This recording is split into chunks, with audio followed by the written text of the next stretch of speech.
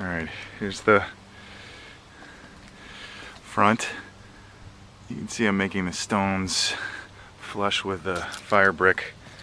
The instructions say not to give more than 2 or somewhere between 2 and 4 inches, so I have very shallow stones, actually just the angles cut and tapered into the fire brick.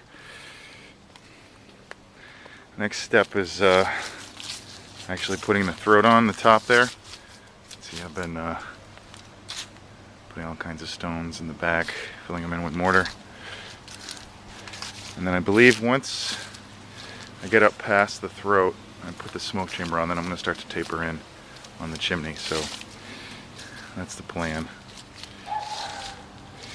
You can see I'm ready for the hearthstone. I'm going to actually order that today.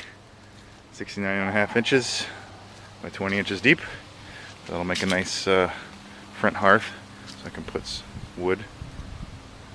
So that's it.